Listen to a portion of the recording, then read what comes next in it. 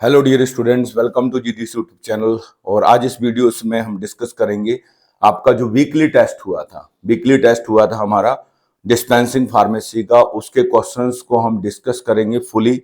और इसमें बहुत सारे क्वेश्चंस आपके न्यूमेरिकल वाले क्वेश्चंस थे, तो बच्चों को प्रॉब्लम होती है। ऑब्वियसली फार्मा के जो बच्चे होते हैं न्यूमेरिकल से प्रॉब्लम होता है, बट इसमें जो न्यूमेरिकल थे बहुत बेसिक न्यूमेरिकल थे, मतलब ऐसे थे वन लाइनर टाइप के न्यूमेरिकल्स थे। हमारे जो पोस्टोलॉजी के जो फार्मूले हैं उस पे थे, कुछ हमारे कंसंट्रेशन और डाइल्यूशन के न्यूमेरिकल्स थे, तो उनको अपन लॉजिक से सॉल्व करना सीखेंगे। देखो जो फार्मूले होते हैं वो ठीक है, अपन उनको एक नॉर्मल अगर हम कॉन्सेप्ट देखें तो उससे भी वो क्वेश्चंस हमारे सॉल्व हो जाते हैं।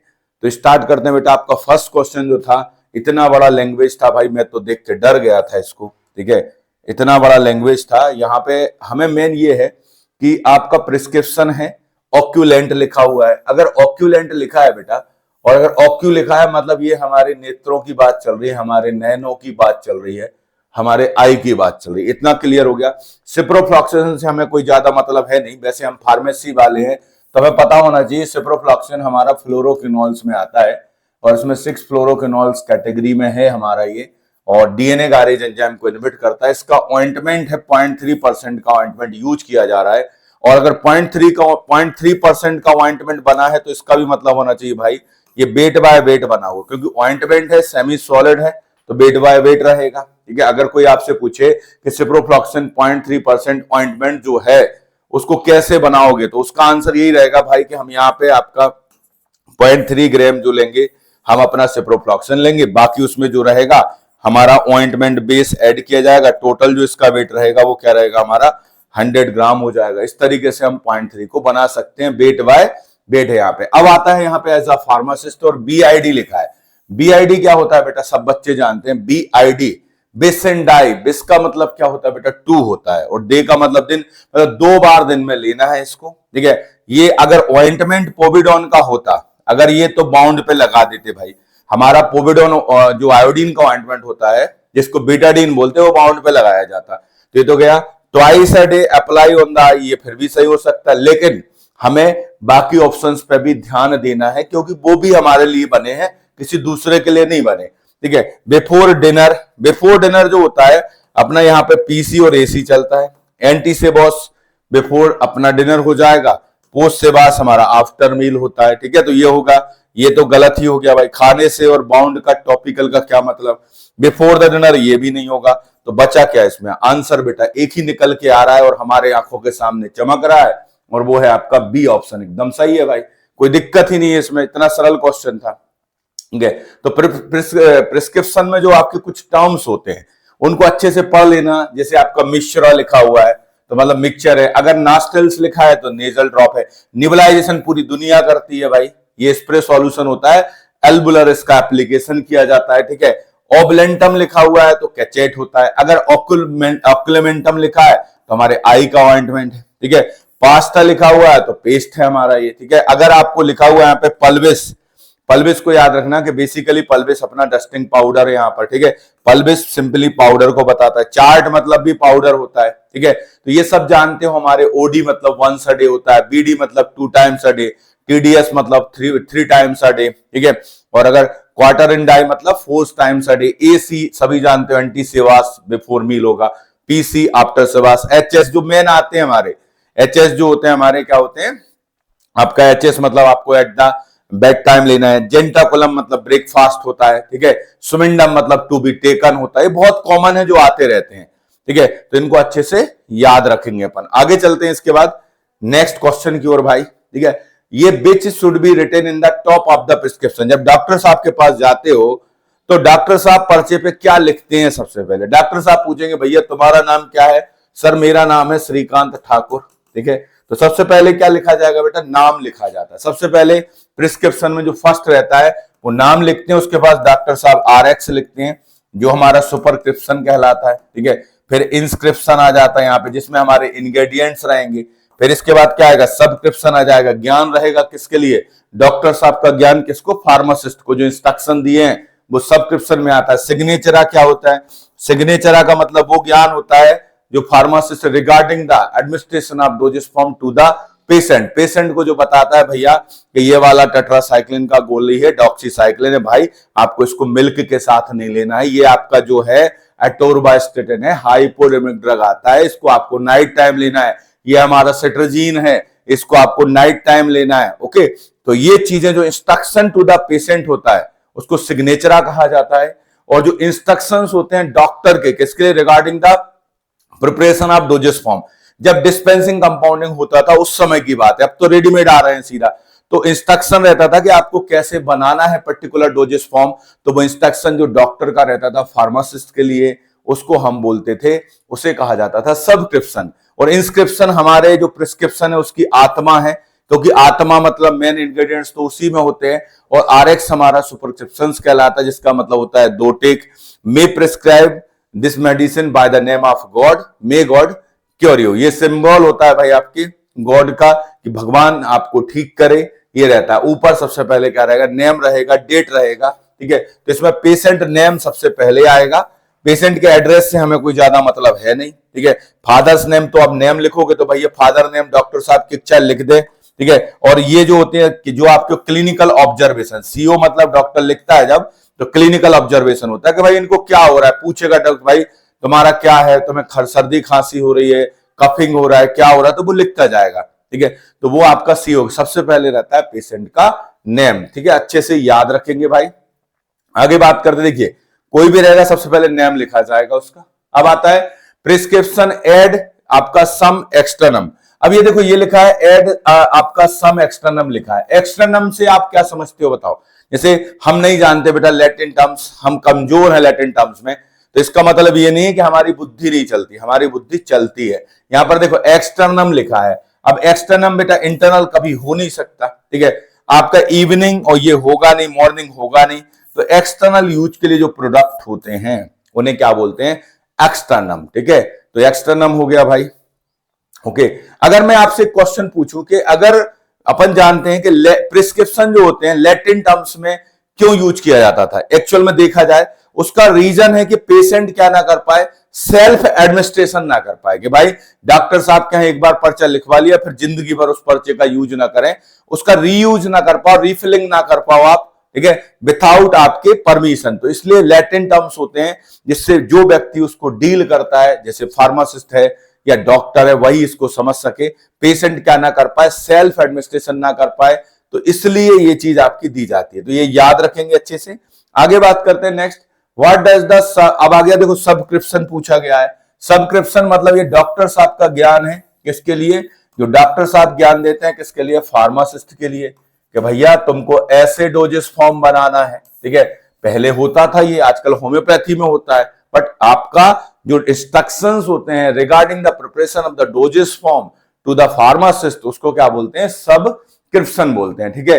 तो पेशेंट के इंस्ट्रक्शन बेटा पेशेंट के इंस्ट्रक्शन नहीं, पेशेंट के सिम्टम्स होते हैं, डॉक्टर साहब को सुनना पड़ता है, ठीक है। डायग्नोसिस डिटेल ये तो भैया लैब वालों के काम है। Direction to the pharmacist regarding the preparation of the doses form, ये अपना सही है, ठीक है। अगर आप बात करते हो ड्रग के साइड इफेक्ट आते हैं, अगर ड्रग के एडवर्स इफेक्ट आते हैं ड्यूरिंग द स्टैंडर्ड यूज, सब हमने सही किया, प्रॉपर रूट ऑफ लिया, प्रॉपर डोज लिया, सब कुछ सही था हमारा, उसके बाद भी अगर ड्रग का एडवर्स इफेक्ट आता है तो उसको हम किस सेक्शन में कवर करते हैं, उसको हम कवर करते हैं फार्माकोविजिलेंस में। और याद रखना टॉक्सिकोलॉजी जो होता है उसमें ड्रग का ओवरडोज रहता है, नॉन क्लिनिकल यूज होता है, अब नॉर्मल यूज होता है, नॉन स्टैंडर्ड यूज होता है। अगर तुम गाइडलाइन से हटके दौड़ोगे और तुमको कोई समस्या हो जाए भाई साहब, तो वो टॉक्सिकोलॉजी है। और अगर हम सही चल रहे हैं उसके बाद अगर ड्रग लेने के बाद कोई समस्या होती है तो दैट इज द फार्माकोविजिलेंस होता है। अच्छे से इसको याद रखेंगे अपन, ठीक है। तो यहां से जो आंसर तो बिल्कुल इजी था भाई अपना बी सी ऑप्शन। अब ये सब जानते हो, मैंने आपको बता ही दिया सुपरस्क्रिप्शन भाई इसका मेन पर्पस होता है, दो टेक रहता है, यू टेक, इसको आप लीजिए, मैं भाई भगवान के नाम पे आपको दवाई लिख रहा हूं, आप ठीक हो जाओगे, ठीक है। ग्रीक गॉड ऑफ हीलिंग जो होता है उसका ये सिंबल होता है। इंस्क्रिप्शन अपन का मेन आत्मा है हमारे, जो प्रिस्क्रिप्शन का मेन पार्ट होता है। सब्सक्रिप्शन अपन जानते हैं डॉक्टर साहब जो ज्ञान देते हैं किसको, फार्मासिस्ट को, रिगार्डिंग द प्रिपरेशन, ठीक है। और लास्ट में आता है सिग्नेचर, ये इंस्ट्रक्शन होते हैं क्या हमारे फार्मासिस्ट के, किसके लिए, पेशेंट के लिए, कि भाई आपको ये ड्रग्स को इस तरीके से यूज करना है। जो अपन बोलते हैं ना पेशेंट काउंसलिंग मतलब सिग्नेचरा। What is the सिग्नेचरा in the prescription, वही बात कर रहे थे बेटा। सिग्नेचरा वालों को ड्रग इंस्ट्रक्शन से कोई मतलब नहीं है। फार्मासिस्ट का instruction direction to the patient, ये पेशेंट काउंसलिंग का पार्ट है। बिल्कुल हमारे पेशेंट काउंसलिंग का जो पार्ट होता है उसी को बोलते हैं हम लोग क्या, उसी को कहा जाता है बेटा सिग्नेचरा, ध्यान रखना है। अब आता है नेक्स्ट क्वेश्चन हमारा यहाँ पे, होरा सोमनी क्या होता है? एचएस क्या होता है बेटा? एचएस बहुत होता है, डॉक्टर साहब ने टैबलेट लिखी, बढ़िया, आज भी यूज होता है बेटा। उन्होंने लिखा टैबलेट आपका सिट्राजीन और एचएस लिख दिया। एचएस का मतलब क्या होता है? होरा सोमनी मतलब इसको आपको सोते समय लेना है भाई, नाइट टाइम लेना है। डॉक्टर साहब ने मान लो एल्प्राजोलम लिख दिया, कोई भी सेडेटिव ड्रग लिखा, तो वो एचएस रहेगा आपका, ठीक है। तो एचएस मतलब आपका क्या होता है? एट द बेड टाइम, आपको बेड टाइम लेना है, जब आप सोने जा रहे हो तब ये दवाई आपको यूज करना, उसको एचएस बोलते हैं। अच्छे से याद रखना, एचएस जो होता है होरा सोमनी होता है, एचएस जो है उसको आपको बेड टाइम बोलते हैं, याद रखना, ठीक है। इसके बाद यहां पर देखिए सेमेल एंड डाई क्या होता है? वंस अ डे, इसी को ओडी बोलते हैं आज के समय में, ठीक है। सेमेन डे का मतलब उसी दिन लेना है, एक ही बार लेना है, ठीक है। और बीडी का मतलब आपका यहां पे रहेगा twice a day, TDS 3 times day, QID 4 times a day, 6 times a day. BTID क्या होता है? ये बेसेटर है, मतलब 2 या 3 बार लेना है दिन में आपको, ठीक है।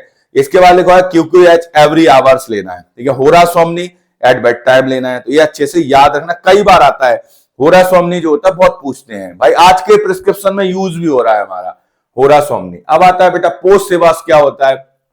सेवास मतलब फूड है, तो पोस्ट मतलब आपका भैया खाने के बाद लेना है, ठीक है। एंटी सेवास मतलब आपको पहले लेना है, ठीक है। ठीक है, तो यहां पर सीधा सीधा आंसर होगा हमारा एट द बेड टाइम, नहीं भाई वो तो एचएस होता है, इन द मॉर्निंग, ठीक है, आफ्टर द मील। बिल्कुल, पोस्ट का मतलब क्या होता है? पोस्ट और आफ्टर को मिला दो, आंसर मिल जाएगा, डिस्पेंसिंग पढ़ने की जरूरत ही नहीं है।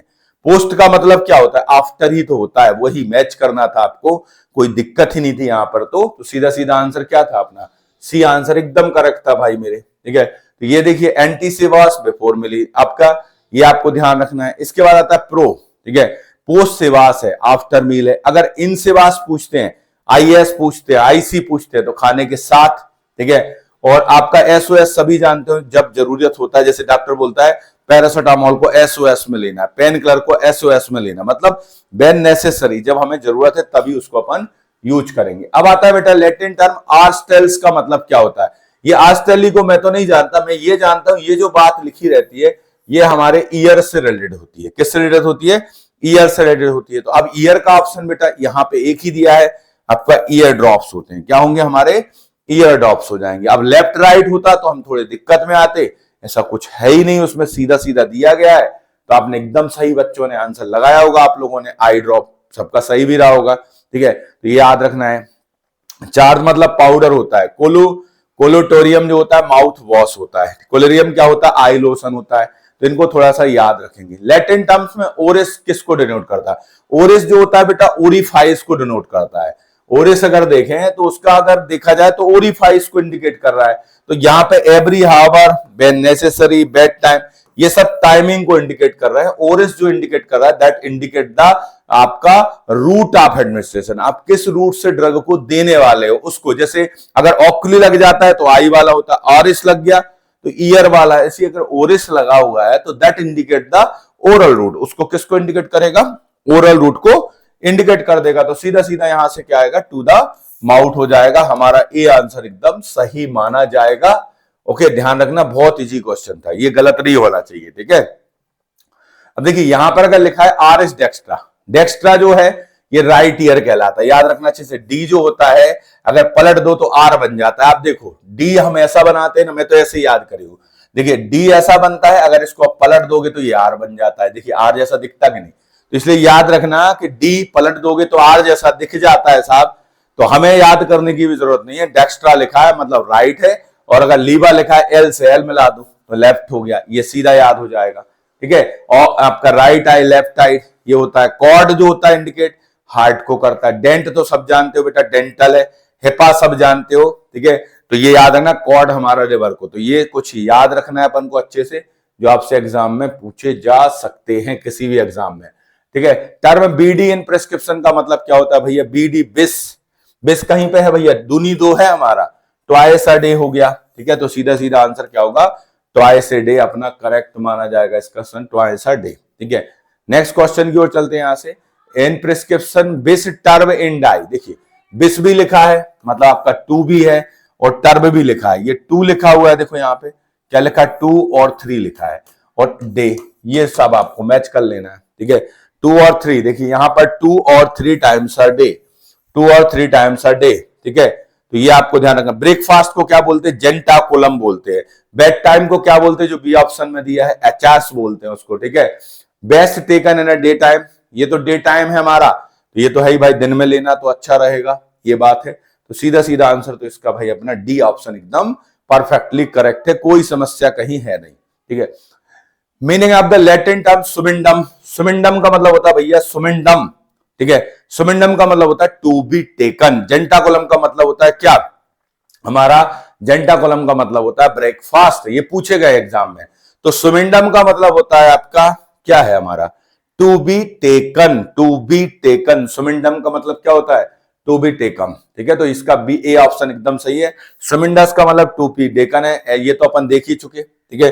तो सब अपन लोग यहाँ पे पढ़ चुके हैं ऑलरेडी, ठीक है। तो इनको याद रखना। अब आता है बेटा, branch of medicine deals with doses of drug. हमारे डोज का कैलकुलेशन किया जाता है बच्चों के लिए, जो डोज का कैलकुलेशन है उनकी एज के अकॉर्डिंग, उनके वेट के अकॉर्डिंग।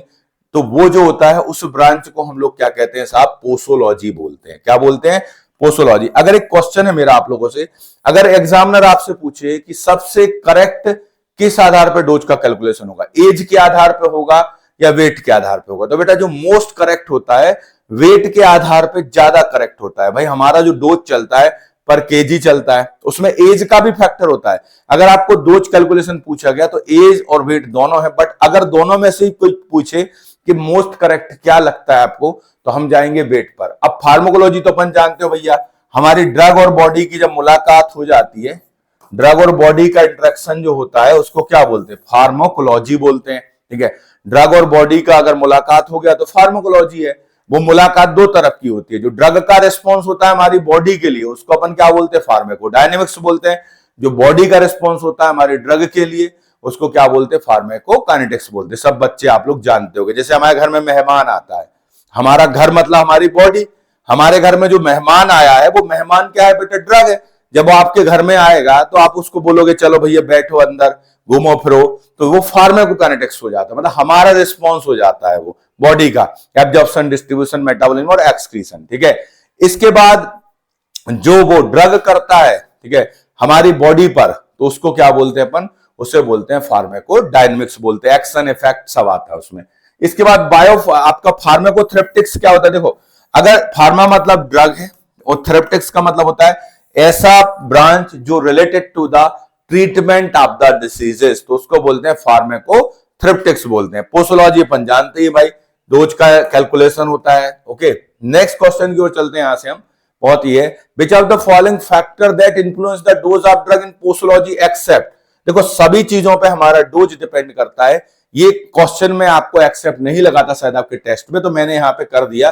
तो ये बताइए कि जो डोज पे कैलकुलेशन सब फैक्टर्स पे डिपेंड करता है, एक पे नहीं करता। देखो मेटाबॉलिक डिस्टर्बेंस पे बिल्कुल करता है। अगर मान लो हमारी मेटाबॉलिज्म इनहिबिटर ड्रग है, अगर मान लो हम मेटाबॉलिज्म इनहिबिटर ड्रग के साथ इस एक्स ड्रग को यूज कर रहे हैं, तो हमें इस बात का ध्यान रखना है कि इसके डोज को क्या करना है, फिर थोड़ा सा कम देना है हमें, ठीक है, डोज को कम देना है। अगर कोई मेटाबॉलिज्म इंड्यूसर ड्रग के साथ यूज करोगे ड्रग को, तो डोज थोड़ा सा हमें ज्यादा रखना है, ठीक है। तो ध्यान रखना, एज पे डिपेंड करता है बेटा, ठीक है। एंटागोनिज्म पे बात है भाई, अगर मान लो ए ड्रग है वो इसका बी का अपोजिट है बेटा, तो ये कोई मतलब ही नहीं निकलेगा फिर इसको साथ में देने का, तो इस पर भी डिपेंड कर रहा है। लेकिन ब्रांड नेम पे कोई डिपेंड नहीं करता, जो हमारा प्रोप्राइटरी नेम होता है ब्रांड नेम पे थोड़ी डिपेंड करेगा। तो सीधा सीधा आंसर क्या होगा इसमें, डी आंसर अपना करेक्ट माना जाएगा। डी आंसर हमारा एकदम करेक्ट होगा, ध्यान रखना है, डी ऑप्शन अपना परफेक्टली करेक्ट है, ठीक है। नेक्स्ट क्वेश्चन की ओर चलते हैं यहां से हम, ठीक है। ये डिफरेंट डिफरेंट फैक्टर्स है, सब आपने पढ़े होंगे, उस पर हमारा ड्रग का डिपेंड करता है। जैसे कि आपका मेटाबॉलिक डिस्टर्बेंस, एज है हमारा, वेट है, प्रेजेंस ऑफ डिसीज है, ठीक है, एडिटिव फैक्ट है, एंटागोनिज्म है, रूट ऑफ एडमिनिस्ट्रेशन है, टाइम ऑफ एडमिनिस्ट्रेशन है, आइडियोसिंक्रेटिक रिएक्शन है, टॉलरेंस है, मेल और फीमेल, अपने उस पर भी डिपेंड करता है। तो बहुत सारे फैक्टर्स पे ये ड्रग का आपका डोज डिपेंड कर जाता है। ठीक है, ध्यान रखना अच्छे से। अब आता है what is the Young's formula. Young's formula क्या कहता है? देखो यंग्स फार्मूला कहता है साहब, हम है यंग फार्मूला। ठीक है, हम यंग फार्मूला है, आपको ए लिखना है और a प्लस 12 लिखना है इंटू AD लिख देना। अब बोलोगे सर ये मेरे को याद नहीं होते। आप बिल्कुल याद मत करो बेटा, देखो यहां पे तो आपका रहेगा, एज तो रहेगी, बच्चे की उम्र कितनी है भाई, एज रहेगी चाइल्ड की, यहाँ पे एज रहेगी चाइल्ड की, और ये एडल्ट डोज रहेगा। हर फार्मूले में मल्टीप्लिकेशन में क्या चलने वाला है, एडल्ट डोज चलने वाला है, तो उसको तो बार बार लिखने की जरूरत है ही नहीं। तो ये अगर यंग्स फार्मूला किसी ने पूछा है तो हमने लिखा यहां पर एज ऑफ चाइल्ड लिखा, एज ऑफ चाइल्ड प्लस यहाँ पे 12 होता है, एडल्ट डोज यहां चलता है। ठीक है, तो सीधा सीधा हमारा बन जाता है बेटा यंग फार्मूला। तो देखिए ये calculating the adult dose, adult dose को कैलकुलेट करने के लिए नहीं, चाइल्ड डोज के लिए। डिटरमाइन ड्यूरिंग इंट्रैक्शन, नहीं भाई ऐसा कुछ नहीं है। Calculate the dose of children up under the 12 years, अगर 12 ईयर्स के अंदर रहता है तो उसको हम यूज कर लेते, बात एकदम सही है। डी होगा नहीं, तो सीधा सीधा आंसर क्या होगा हमारा, सी आंसर इसका करेक्ट है। अब सर जो फार्मूले होते हैं उनको याद करने में सब दिक्कत होती है मेरे को, बिल्कुल परेशान मत हो बेटा, फार्मूले में 1 मिनट में याद करा दूंगा। एक वर्ड में लिख रहा हूं यहां पे लिखा हुआ है, ये आपका मैंने लिखा यंग, यंग लिखा है मैंने, फिर क्या लिखा मैंने, दिल। ठीक है, यंग दिल। ठीक है, यंग दिल जो है हमारा, ठीक है, यहां पे काऊ है आपका, ठीक है, और आपका यहां पे बास्टिडो, ठीक है, बास्टिडो है, और लास्ट में आपका फ्राइड। तो आपने क्या लिखा, यंग दिल का आपका बेस्ट फ्रेंड है, इसको क्या बोलोगे आप, यंग दिल का क्या है, बेस्ट फ्रेंड है आपका, आपका जो बेस्ट फ्रेंड है। ठीक है, जो आपका बेस्ट फ्रेंड है वो क्या है, यंग दिल का बेस्ट फ्रेंड है भाई। तो यंग फार्मूला हो गया, दिलिंग फार्मूला हो गया, काउलिंग हो गया, वास्टिडो हो गया, और फ्राइड्स फार्मूला, ये हमारे फार्मूले। अब अगर किसी ने पूछा यंग का फार्मूला बताओ, तो मैंने कहा AC और AC प्लस 12 होता है, एडल्ट डोज तो चलना ही चलना है भाई सब में। दिल का किसी ने पूछा तो इसमें आपने कहा AC डिवाइडेड बाय सर 20 हो जाता है इंटू एडल्ट डोज हो जाता है। काउलिंग का पूछा आपने तो याद रखना AC प्लस 1 हो जाता है और यहाँ पे आपका 24 आ जाता है, तो ये काउलिंग हो गया। इस तरीके से फार्मूला निकाल सकते हो। फिर बास्टिडो पूछा है तो बास्टिडो में देखो 3 छुपा हुआ है, बास्टिडो में कितना छुपा है, 3 है, तो यहाँ पे एज प्लस आपका 3 रहेगा। ये बी में 3 छुपा है कि नहीं छुपा, तो यहाँ पे आपने 30 लिख दिया, हो गया काम खत्म। फ्राइड्स फार्मूला कहता है भैया हम चलते हैं किसके आधार पे, अपने मंथ के आधार पे, तो आपका जो भी एज एंड मंथ रहेगा डिवाइड कर देना 150 से और एडल्ट डोज यहाँ पे मल्टीप्लाई कर देना। तो ये पूरे हमारे एज वाले फार्मूले हो जाते हैं। किसके फार्मूले बेटा, एज वाले हमारे फार्मूले। तो मैंने क्या बोला आपका, यंग दिल का बेस्ट फ्रेंड, तो ये पूरे हमारे एज के अकॉर्डिंग चलते हैं। क्लार्क फार्मूला एकदम इजी है बेटा, वेट के अकॉर्डिंग चलता है। यहां पर अगर चाइल्ड डोज कैलकुलेट करना है तो यहां पे आपको उसका वेट लिखना है, अगर केजी में लिखते हो तो नीचे 70 डाल देना, अगर पौंड में लिखते हो तो नीचे 150 कर दोगे, बस इतना इसमें है। ठीक है, अगर आप सिर्फ सरफेस एरिया की बात करते हैं तो कैट्स फार्मूला है हमारा, सीधा बॉडी सरफेस एरिया है चाइल्ड का 1.7 मीटर स्क्वायर नीचे रखना है आपको, मल्टीप्लाई कर देना है, तो ये हो गया। इसी में आपको अगर ऐसे सरफेस एरिया निकालना है तो बॉडी सरफेस एरिया चाइल्ड का रहेगा और बॉडी सरफेस एरिया एडल्ट का रहेगा, इनटू एडल्ट डोज कर दो तो उससे भी कैलकुलेट कर लेते हो। गिब्बन्स फार्मूला जो रहता है चाइल्ड डोज चलता है, उसके एडल्ट डोज के अकॉर्डिंग रेशो में चलता रहता है।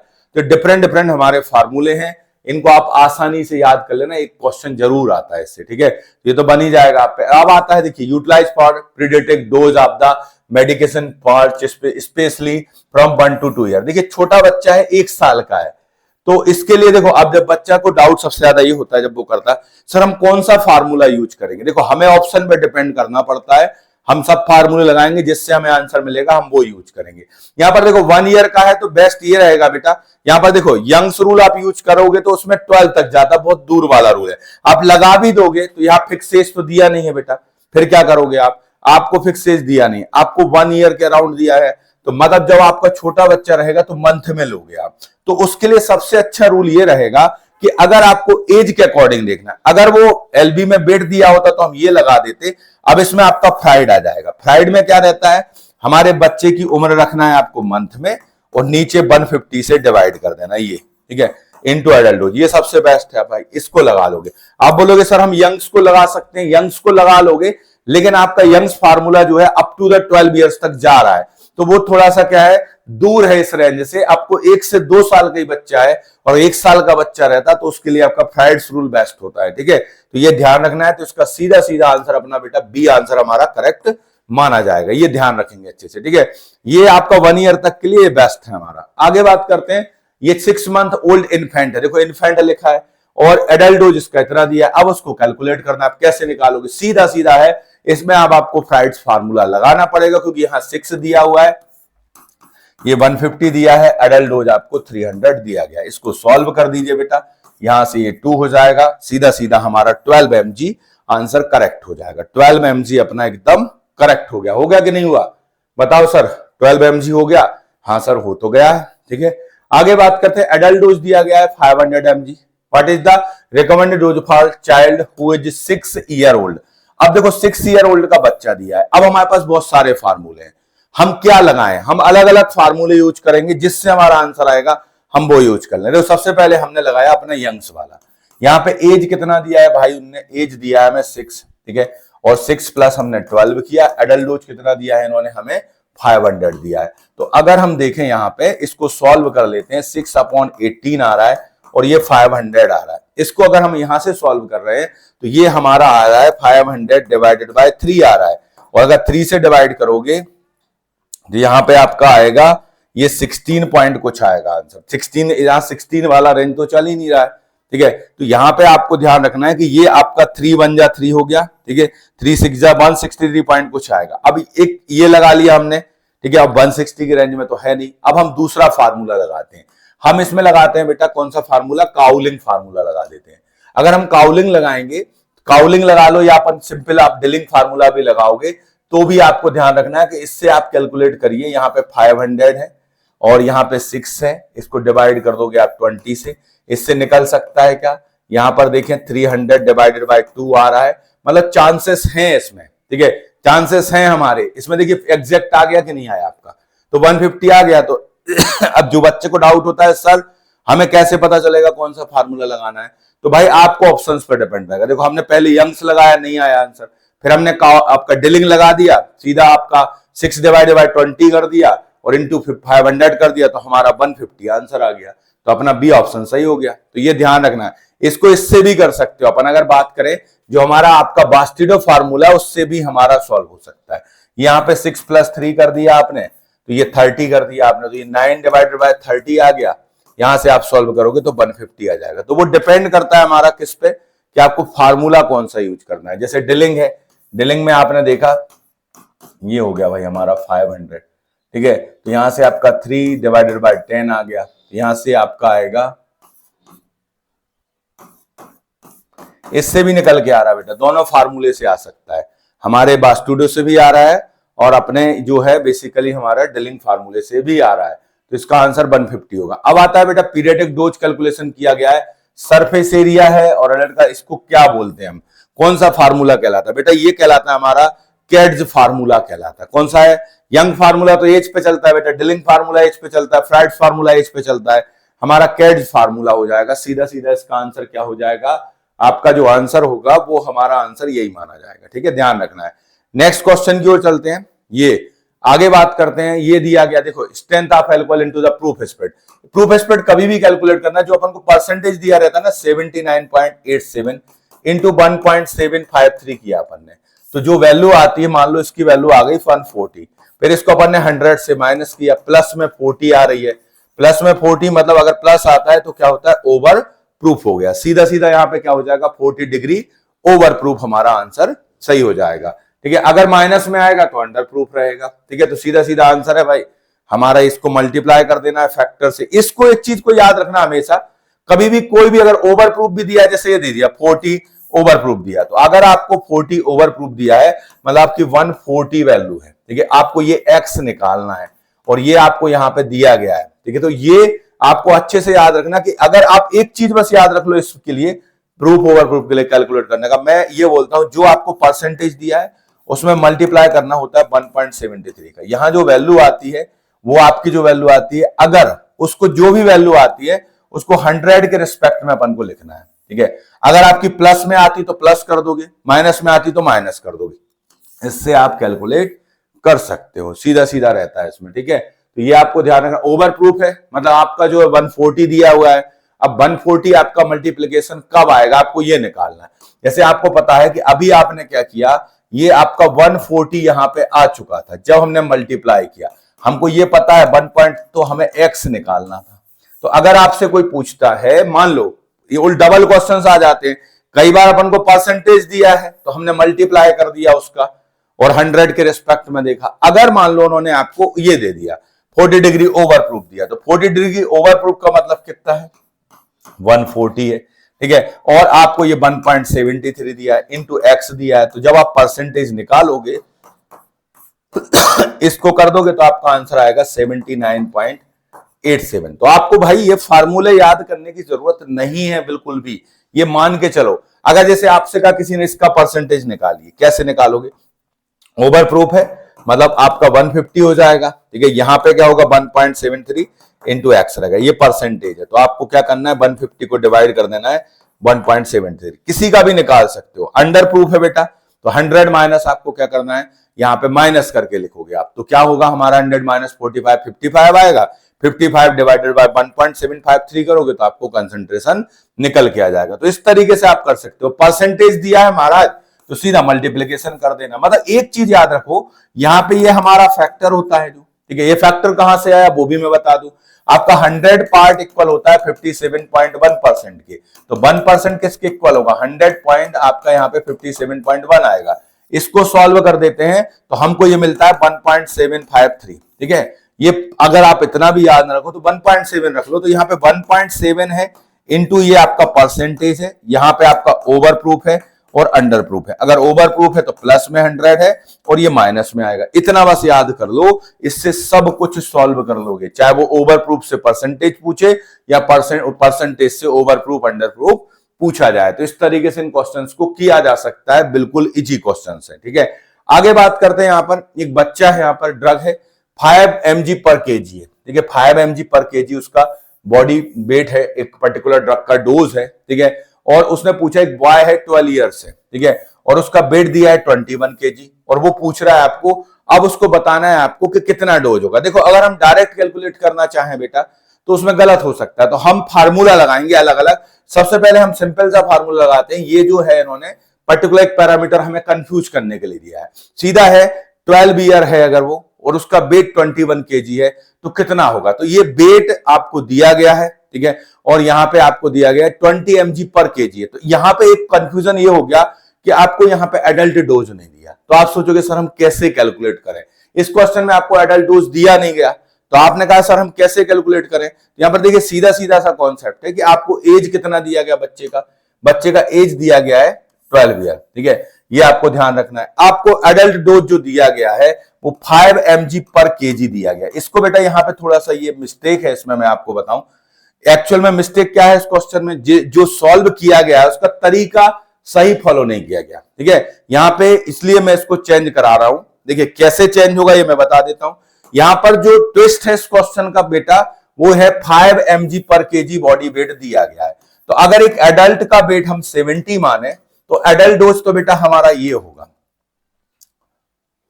350 mg, ये है एडल्ट डोज हमारा, ये अपना एडल्ट डोज है बेटा, ठीक है। इसको करना है कैलकुलेट। अगर आपको 21 केजी वेट दिया गया है तो 70 करना है और यहां पे 350 रखना है आपको, ठीक है। ये इस तरीके से आपको कैलकुलेट करना पड़ेगा, समझ रहे हो आप। तो वहां पे अगर आप 5 mg पर केजी बॉडी वेट दिया गया, ये डोज है ड्रग का, और एडल्ट डोज जो है वो पूरे वेट का रहता है जो अपन फार्मूले में यूज करते हैं। तो यहां पे आंसर अपना चेंज हो जाएगा, या तो ये पर केजी हटा दो और यहां एडल्ट डोज लिख दो तो आंसर 1.5 हो जाएगा। और अगर आपने लिखा है 5 mg पर केजी लिखा है तो फिर इस तरीके से करना पड़ेगा अपन को। यहां से आपका होगा ये 5 टाइम्स चला जाएगा और यहां से जो आंसर आएगा हमारा 21 इंटू 5 रहेगा, तो आंसर रहेगा 5105 mg। ये आंसर होगा बेटा अपना, ठीक है। तो ध्यान रखना है इसको। ये क्वेश्चन का जो है यहाँ पे आंसर रॉन्ग दिया गया था और आप लोग परेशान भी हो क्योंकि सर कैसे कैलकुलेट करें। कुछ बच्चों ने डायरेक्ट 5 mg से किया होगा तो उनका 5 आ गया होगा 1.5, बट वो सही नहीं है। या तो एडल्ट डोज लिखो, क्वेश्चन की लैंग्वेज देखो आप, या तो आप एडल्ट डोज लिख दो सीधा 5 mg तो भैया हम फ्री हो जाएं। अब आपने लिखा है 5 mg पर केजी लिखा है, तो फिर आपको एक एवरेज निकालना पड़ेगा ना एडल्ट डोज। अगर नॉर्मल बॉडी वेट माने का हेल्दी एडल्ट का तो 70 होता है, तो 70 into 5 करोगे तो 350 आएगा। इससे फिर कैलकुलेट अपन को करना पड़ेगा। अगर तुम एज से कैलकुलेट करोगे, यंग्स फार्मूला भी लगा दो तो भी कोई दिक्कत नहीं। ये 13 आ जाएगा नीचे और यहां से 350 का मल्टीप्लाई होगा, ये यहां पे आएगा। समझ रहे हो? तो आपको ऑप्शंस में दिया ही नहीं गया था, तो इसलिए इस क्वेश्चन को चेंज आपको कर लेना है। ठीक है, ये डोज है 13 mg। अब देखो इसमें साफ लिखा है बेटा, अडल्ट डोज लिखा है, ये चीज याद रखना, इसलिए क्वेश्चन दिया गया है।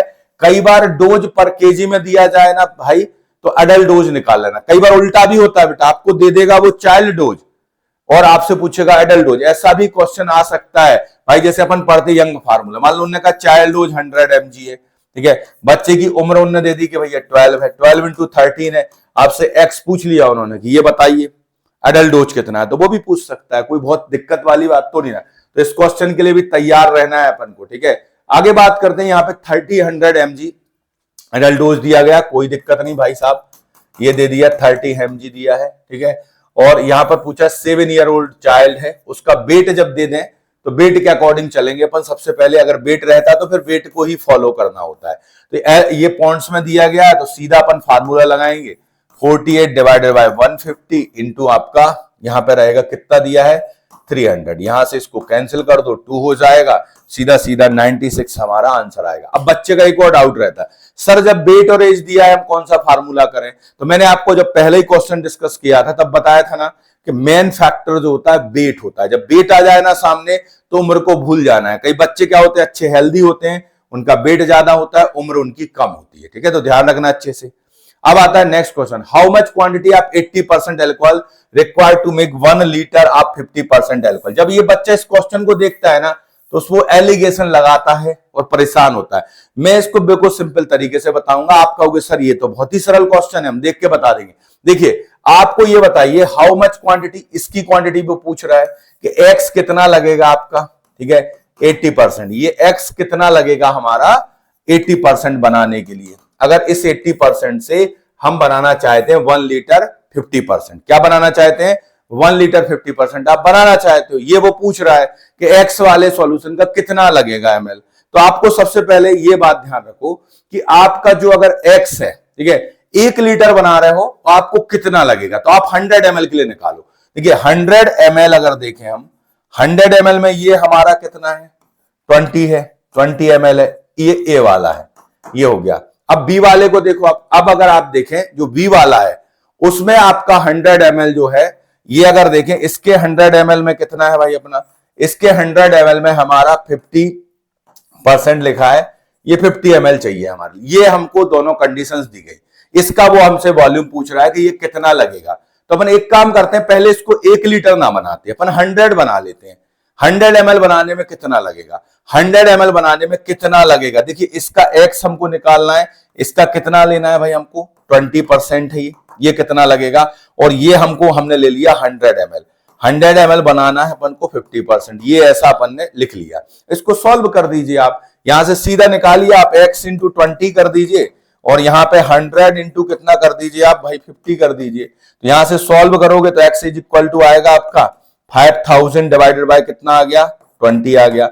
यहां से आप सॉल्व करोगे तो 250 आ जाएगा, कितना आएगा 250 आ गया हमारा, कितना आ गया 250 आ गया। तो इसको क्या करना है आपको, इसी तरीके से आप इसको सॉल्व कर सकते हो। ठीक है, इसको सॉल्व करने के लिए एलिगेशन की भी जरूरत नहीं, मैं एलिगेशन के अकॉर्डिंग भी आपको बता देता हूं। ओके, इस क्वेश्चन के लिए बिल्कुल सिंपल तरीका, देखो एलिगेशन से आप जाते हो वो ठीक है, इसको बिल्कुल सिंपल मैनर में आप कर सकते हो। यहां पे जो आपका पूछा गया हाउ मच क्वांटिटी, इसको आप मान लो आपने x मान लिया कि इतना हमें लगेगा, ये आपका 80 है। ठीक है, अपन 100 के रिस्पेक्ट में चल रहा है, किसके रिस्पेक्ट में चल रहा है बेटा 100 के। तो इसका अगर आपको 1 लीटर नहीं, अभी आप यहां से 100 ले लीजिए, 100 ml अगर आप बनाते हैं इसका तो अपन को कितना रहता है 50% रहेगा, ऐसा आपको लिखना है। या आपने 100 के लिए लिया, बिल्कुल बिना किसी फार्मूले के तरीका बता रहा हूं, कोई भी क्वेश्चन कर लोगे आप। जिसका आपसे पूछा है कितना लगेगा उसको आपने माना कि साहब उसका x लगेगा। ठीक है, उसका परसेंटेज जो है हमने 80 लिख लिया, 100 के रिस्पेक्ट में सॉल्व कर रहे हैं। हमने यहाँ पे 1 लीटर के लिए नहीं किया, हमने 100 के लिए किया। ठीक है, तो आपका 100 के लिए कितना लगेगा पहले वो निकाल लेते। तो x इज इक्वल टू आप निकालोगे तो यहाँ पे 100 इंटू आपका आएगा 50 डिवाइडेड बाय हमारा रहेगा यहाँ पे 80। इसको सॉल्व करोगे 62.5 आएगा। ये अगर इतना बनाना है आपको 62.5 मतलब अगर आप 100 ml बनाते हो तो कितना लगना है आपको, ये 62.5 ml लगना है अपना ए वाला सॉल्यूशन। अगर आप 100 बनाते हो तो कितना लगना है 62.5 लगना है। और यही मैं कहता हूं अगर आपको 1000 ml बनाना है मतलब 1 लीटर बनाना है तो इसमें किसका मल्टीप्लाई करना, केवल 10 का मल्टीप्लाई कर दोगे तो आंसर हो जाएगा 625 ml। ये सीधा सीधा हमारा आंसर आ गया। अब इसमें ना एलिगेशन लगा ना कुछ लगा, ठीक है, कुछ भी नहीं लगा। इससे पहले किया था तो वो कैलकुलेटर वहां पे क्या हो गया था, वही फार्मूला सिंपल सा है, कोई फार्मूला नहीं है, ये डायरेक्ट कर सकते हो इससे कहीं कोई। आप एलिगेशन पे जाओगे तो वही सब होता है कि आपने कहा कि सर हमारा 80% दिया गया है, हमारा डिजायर्ड 50% है, इसको हम यहाँ पे 0% मानेंगे, यहां से माइनस करोगे ये 30% आएगा, यहाँ पे 50% आ जाएगा। तो ये सब निकालोगे तो वह एलिगेशन का लंबा प्रोसीजर है। तो सबसे सरल काम क्या है, आप तो जो पूछा है उसको x मान लो, 100 के लिए निकाल लो। अगर इसका 100 ml होगा तो 80 ml रहेगा भाई, आपका 80% का मतलब तो यही है। फिर आपने इसका भी लिया 100, इसका ले लो आप और 50 ले लो। पहले 100 का कैलकुलेशन कर लो, आपका आ गया ये हमारा परसेंटेज मतलब 100 होता है, यहां से 62.5 आया कितने में, 100 ml में। अब इसका 1 लीटर बनाओगे भाई, इसमें 10 का मल्टीप्लाई कर दो, काम खत्म हो गया। किसी ने पूछा इसी क्वेश्चन में कि 700 लीटर के लिए बताओ कितना लगेगा, तो 7 का मल्टीप्लाई कर दो इसमें, ठीक है, और कुछ नहीं है। उसने पूछा 200 के लिए बता दो तो 2 का मल्टीप्लाई कर दो, सीधा सीधा निकल के आएगा। ये आपको जरूरत नहीं है, इन सब फार्मूले की कोई जरूरत नहीं। अब यहां पर देखिए वॉल्यूम दिया गया, same question, volume of 95% alcohol required to prepare 500 ml of 20% alcohol. कुछ नहीं करना, आप 100 लिख लो, यहाँ पे x किया 95% हमारा है, यहाँ पे आपने ये लिखा। अब यहाँ पे 100 के लिए अपन निकाल रहे हैं, पहले 100 के लिए निकालोगे तो ये 20 ले लिया आपने। अब यहां से x इज इक्वल टू निकालेंगे, आपका ये हो जाएगा 20 डिवाइडेड बाय 95 होगा। इसको सॉल्व कर दीजिए भाई, हमारा 1000 डिवाइडेड बाय क्या आ गया, 95 आ गया। कितना आएगा 1000 डिवाइडेड बाय 95, एग्जैक्ट अगर हम देखें कितना आंसर होगा, 1000 डिवाइडेड बाय 95 को कैलकुलेट करें भाई कितना आएगा। अगर हम 1000 डिवाइडेड बाय 95 को करते हैं, ठीक है, तो 10.5 आएगा बेटा। यहां पे क्या आएगा हमारा 10.5 हमारा आंसर आ गया। लेकिन ये कितने ml के लिए है ये बताइए, ये किसके लिए है, हमारे कितने ml के लिए है। ये जो है हमारा यहां पर दिख रहा है, ये हमारा जो ml है इसका, ये कितने ml के लिए है आपका भाई, ये 100 ml के लिए। अब आपको इसका कितना बनाना है, इसका बनाना कितना है हमारे लिए, हमको बनाना कितना है, ठीक है। अगर आपको 1 लीटर बनाना है तो 10 का मल्टीप्लाई कर दो। अगर आपको बनाना कितना है 500 ml बनाना है तो 5 का मल्टीप्लाई कर दीजिए, तो आपको आंसर मिल जाएगा। आपको सीधा सीधा मल्टीप्लाई करना है यहाँ पे और कुछ नहीं करना, ठीक है। तो सीधा सीधा आपका आंसर निकल के यहाँ पे आ जाएगा, ठीक है, ठीक है। तो इसको सीधा सीधा आप कैलकुलेट कर सकते हैं, कहीं कोई दिक्कत नहीं आएगी इसमें, ठीक है। तो ये ध्यान रखना, इसको डायरेक्ट कैलकुलेशन किया जा सकता है, आप एलिगेशन से भी जा सकते हो, ठीक है। यहाँ पे आपने क्या किया, स्ट्रॉन्गर परसेंटेज लिख दिया, इस तरीके से भी कैलकुलेट किया जा सकता है, ठीक है। ये इस तरीके से भी आप निकाल सकते हो, सीधा सीधा सा फार्मूला है वो, तो जितना ml निकालना है बस सीधा। इसको और डायरेक्ट अगर मैं बताऊं ना तो इतना भी नहीं करना मल्टीप्लीकेशन का काम, आपका जो है x इंटू 95 कर दो सीधा, और यहाँ पे 500 इंटू क्या कर दो 20 कर दो, सीधा निकल के आ जाएगा। 500 डिवाइडेड बाय 20 और 95, इसको सॉल्व कर दो, आपका आंसर आ जाएगा। यहाँ पे हो जाएगा हमारा ये 10,000 डिवाइडेड बाय 95 कर दीजिए, आपको आंसर मिल जाएगा। वही सेम आंसर हमारा यहाँ पे निकल के आ जाएगा। इस तरीके से भी निकाल सकते हो आप, इसमें कोई दिक्कत नहीं, आप इस तरीके से भी इसको कैलकुलेट कर सकते हो। डायरेक्ट कैलकुलेशन है ये, इसमें आपको कोई एलिगेशन वगैरह कुछ नहीं लगाना है, ठीक है। अगर आप सीधा भी निकालना चाहो तो सीधा भी निकाल सकते हो, कहीं कोई दिक्कत ही नहीं है, ठीक है। डायरेक्ट कर लो तो ये आपका निकल के आ जाएगा सीधा 105, ये हो जाएगा, सीधा निकल के आ जाएगा।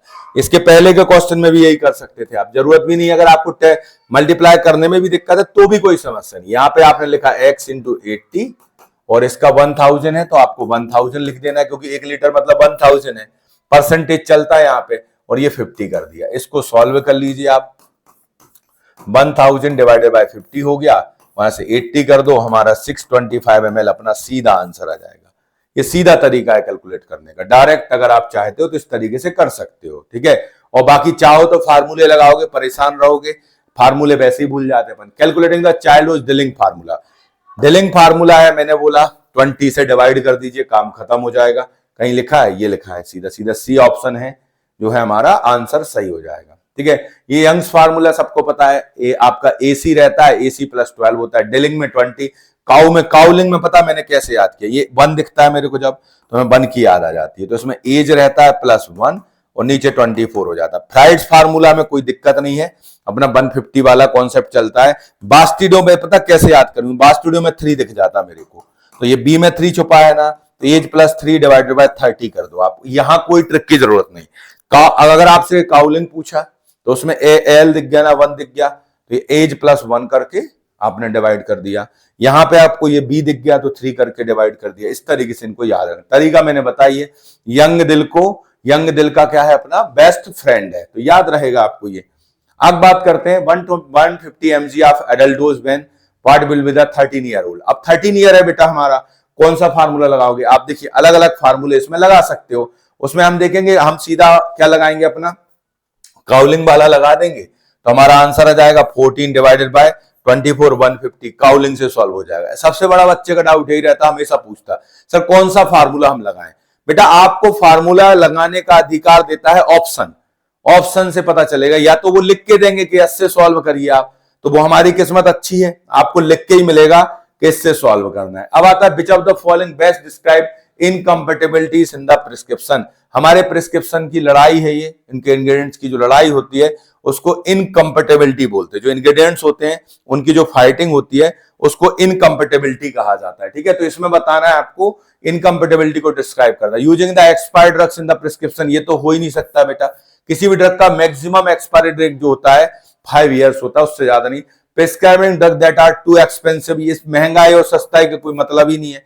Mixing a substance that are antagonistic leading to the undesirable product, वो आपस में लड़ बैठे और उल्टा सीधा कोई प्रोडक्ट बना दिया, इसी को बोलते हैं इनकम्पेटिबिलिटी बोलते हैं। क्या बोलते हैं? इनकम्पेटिबिलिटी। तो सीधा सीधा आंसर इसमें भाई अपना सी हो जाएगा।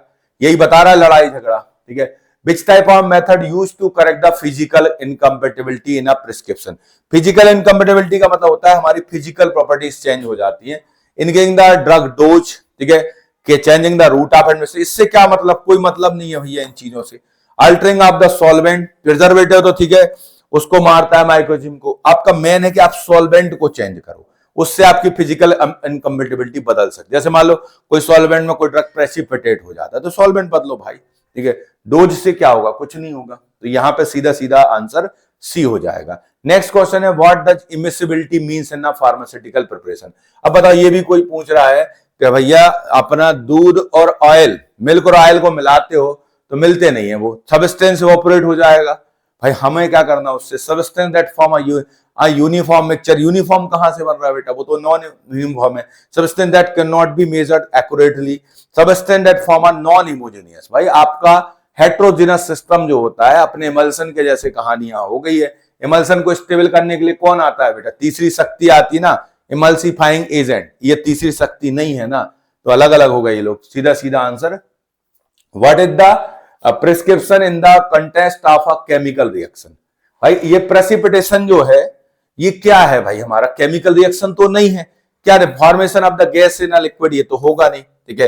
Evaporation of the solvent, formation of the solid into a solution, इसी को बोलते हैं ना प्रेसिपिटेशन। कोई आपका सॉल्युबल था पहले और फिर वो क्या बन जाए? इनसॉल्युबल बन जाए, उसी को तो क्या बोलते हैं? प्रेसिपिटेट फॉर्मेशन बोलते हैं। अपन पढ़ते हैं ना प्रेसिपिटेशन टाइट्रेशन, अर्जेंटोमेट्रिक टाइट्रेशन पढ़ते हैं, Volhard methods, molar methods, Fajans method, गिलोहाग मेथड, और अपन पढ़ते हैं ग्रेविमेट्रिक, उसमें भी प्रेसिपिटेट बनता है। तो प्रेसिपिटेट का मतलब क्या है? हमारा सॉल्वेंट जो है वो क्या हो गया भाई? आपका सॉलिड जो फॉर्म आ गया, जो सॉल्युबल था वो सॉलिड हो गया, तो प्रेसिपिटेट बन गया। तो सीधा सीधा आंसर इसमें क्या होगा अपना? ठीक है, सही आंसर हमारा सी हो जाएगा। जो नास्ट वाला ये सॉल्युबलाइजेशन है। अब आता है next, which of the following example of the chemical incompatibility.